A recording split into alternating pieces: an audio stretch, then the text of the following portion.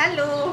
بص، عملنا النهارده الكيمو كونو زي ما بيقولوا، حلو جدا وتحفه بالفانيليا وبالشوكولاته، متغرق كراميل ومتغرق شوكولاته.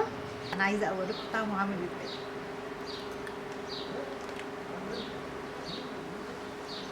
خطير، تحفه، رهيب، احلى من بتاع بره زمان. يلا بقى جربوه معايا واعملوا لي بقى لايك وشير للفيديو. يلا بينا يلا بينا. اول مكون معايا عندي الحليب المحلى المكثف. انا كنت عاملاه معاكم بالتفصيل، يعني هو بيتكون من 3 مكونات، برضو سهل جدا وبسيط، وما تشتروش من بره يا جماعه، اعملوه في البيت اسهل بكتير. وعندي كوبايه كريم شانتيه خام، عليهم كوبايه من الحليب المحلى المكثف، وعليهم كوبايه من الحليب الساقع، لازم يكون متلج. ولو عندك الحليب مش متلج هاتي تلج، كام قطعه من التلج كده، حطيهم معاهم واخفقيهم، وضربتهم كده بالمضرب لحد ما القوام بقى معايا كريمي وهايش زي ما انتم شايفين.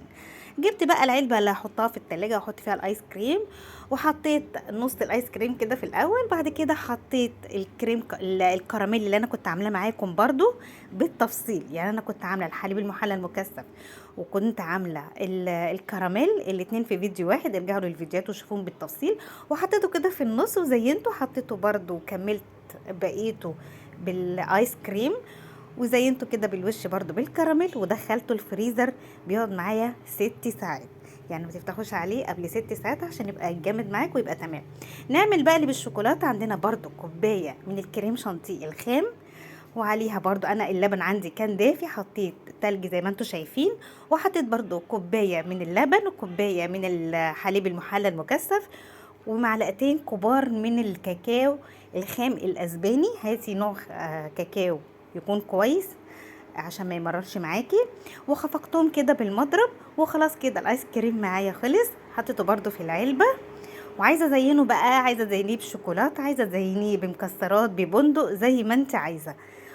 وبرضو يدخل الفريزر 6 ساعات، واعملي بقى احلى ايس كريم. انا بيته بقى ليله بحالها في التلاجة وخرجته زي ما انتم شايفين. بصوا شكله حلو قوي. يعني انا كمان ممكن احط بقى لوز مكرمل، احط بندق، بس للاسف ولادي ما بيحبوش اللوز المكرمل. وابتديت بقى احطه بقى في البولات زي ما انتم شايفين. انا عايزاكم تشوفوا شكله عامل ازاي. بصوا، والله كأنكم جايبينه من من ويدر جايبينه من العبد، من احلى محل ايس كريم. وابتديت احطه كده في البولات. وبصوا بقى اللي بالشوكولاته، الشوكولاته الكريسبي اللي على الوش دي بتديله طعم حلو جدا. شايفين العلبتين الكبار اصلا دول هيقعدوا معايا قد ايه؟ يعني انت لو عندك ضيوف ولا حاجه، عارفه انهم جايين لك تاني يوم، وهتعملي لهم بقى الايس كريم ده، بيبقى تحفه. بصوا شكله، زينته بقى بالكراميل من على الوش، وزينته برضو بالشوكولاته. طعمه خطير، طعمه وهمي. وجبت برضو، حبيت اعمل شكل تاني، جبت الكونو ده بيتباع جاهز ورخيص جدا، يعني سعره مش غالي خالص. وابتديت سيحت بقى شوكولاته وزينتها كده من على الوش، وحطيت جواه شويه كده من جوه عشان تديني الحته اللي بالشوكولاته اللي في الاخر اللي كلنا بنتخانق عليها دي. وحطيت بقى بولات الايس كريم. ويا رب يعجبكم. ويا جماعه عايزاكم تدعموني كتير وتعملوا لي لايك وشير على قد ما تقدروا عشان يوصل لكل اصحابكم وكل حبايبكم. كان معاكم سوسن سليمان. باي باي.